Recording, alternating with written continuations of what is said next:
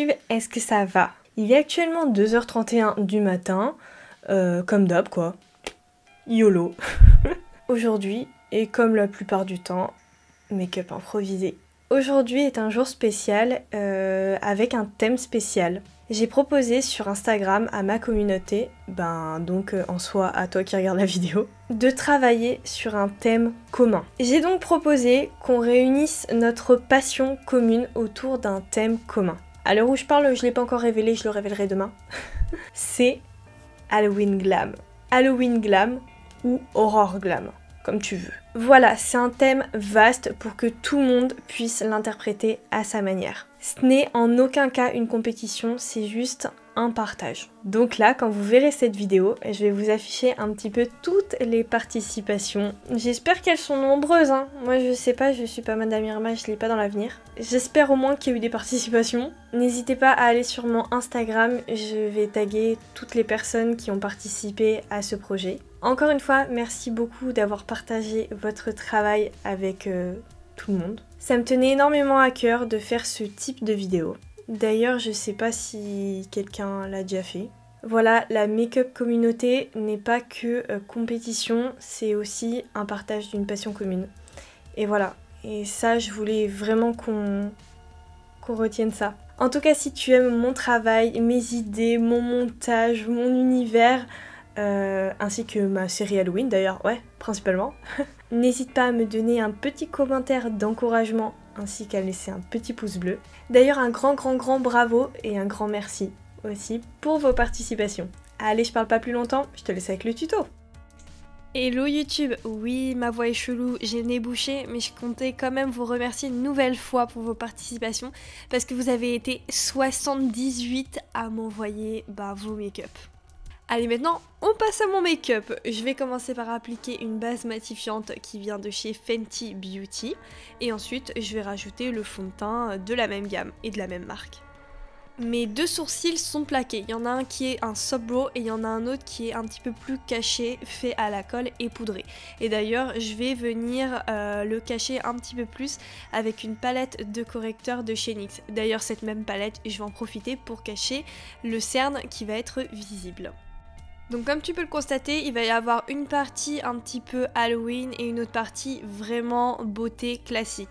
D'ailleurs, je suis encore une nouvelle fois désolée pour ma voix parce qu'en fait à chaque fois que je fais un enregistrement, je l'écoute et en fait je m'insupporte. Oh, je suis désolée mais franchement, c'est pas la pire des choses d'avoir le nez bouché.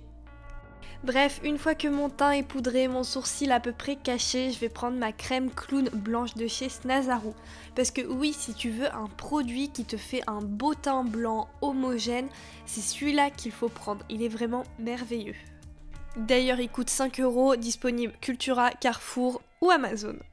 Je colorie donc une petite partie de mon visage, la moitié mais de manière pas très symétrique, c'est-à-dire que le trait qui est au milieu, il va un peu à droite à gauche, il n'est pas tout droit et je fais un petit rappel au niveau de la nuque. Bien évidemment, je vais poudrer la partie blanche avec ma poudre habituelle, la RCMA. Et là, petite grande nouveauté de chez Beauty Bay, ils ont sorti une gamme d'highlighter, de blush et de bronzer. À l'unité, ils sont à 7 ou 8 €. J'ai reçu toute la gamme, elle est vraiment merveilleuse, ils sont très bien pigmentés et le packaging, j'adore. Enfin bref, c'est pas un coup de promo, je disais juste mon avis. En tout cas, je vais commencer par prendre un petit contouring, une poudre bronzer assez légère et je viens un peu délimiter, réchauffer mon teint aux endroits stratégiques d'ombre. Une fois que j'ai creusé mes joues et mes yeux, je me munis d'une poudre cette fois-ci beaucoup plus foncée et je vais accentuer le contraste, donc je vais recreuser encore les parties stratégiques de mon visage. Étant donné qu'on est sur des couleurs nude, ça s'estompe plutôt bien, donc c'est facile de faire vraiment un effet bien flouté. Un de mes indispensables, la palette Révolution et Alexis Stone, même si avec du recul je trouve qu'il manque quand même des petits fards orange et tout, mais bon, on ne peut pas tout avoir dans la vie. Elle est géniale, vraiment, c'est un must-have cette palette pour les make-up d'Halloween. Je me munis du noir de la palette et je prends un pinceau un petit peu plus fin et fluffy pour une nouvelle fois rajouter des ombres à mes endroits qui sont contrastés.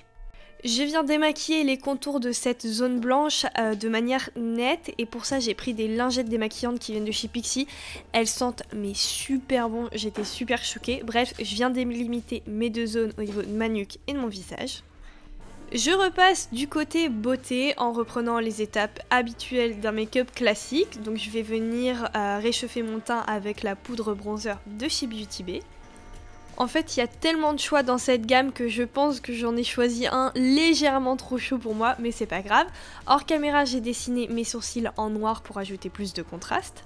J'ai déposé la base P. Louise blanche dans mes souvenirs et j'ai repris ma palette Alexis Stone et je vais partir dans les tons gris pour faire un rappel avec les dessins et la perruque que je vais ajouter tout à l'heure. Je commence par tapoter du noir pour vraiment pousser la pigmentation à son maximum et je dépose la matière en mode cut crease, donc je l'étire sur tout mon creux de paupière jusqu'à mon sourcil. Bien sûr, j'ai flouté le noir avec une couleur grise et maintenant je viens créer mon cut crease avec la même technique qui marche super bien. Un petit coton, du démaquillant, t'appuies sur le coin interne de ta paupière et puis tu laisses faire et c'est bon, ton cut crease est parfait. Sur l'espace vide, je redépose ma base P. Louise de couleur blanche avec un pinceau plat. Étant donné que cette base P. Louise, je la trouve pas très stable, il faut vraiment la poudrer de suite, donc c'est ce que j'ai fait avec un fard blanc. Je prends ma palette Beauty Bay, la Bright Matte, avec un noir super méga giga puissant et je viens créer un trait de liner tout en rajoutant un bout de scotch au niveau du coin externe de l'œil, comme ça je sais que mon eyeliner et mon make-up seront super clean. Je commence donc par la couleur noire et ensuite je l'estompe avec du gris pour terminer avec une base P. Louise de la gamme métallique, la argentée, et je viens tout simplement combler le vide. Au début je voulais faire un trait mais finalement il se voyait pas, donc j'ai coloré un petit peu plus ma paupière. Cette base elle est super cool, elle sèche, pas besoin de la poudrer et elle tient toute la journée. Je n'hésite pas à faire mon ras de cils avec les mêmes couleurs, le noir et mon dégradé de gris. Je repars chez Beauty Bay avec leurs nouveaux highlighters et j'utilise la teinte Flash qui est la teinte je crois la plus claire de la gamme et je viens illuminer tous mes endroits de lumière et il est super méga giga pigmenté, je l'adore. Grâce à un fard à l'eau ou bien le Snazaroop Crème Clown utilisé précédemment, je vais venir dessiner les dents de mon squelette. Il n'y a rien de plus simple, il suffit juste de trouver le bon pinceau, il doit être plat et ni trop gros ni trop fin.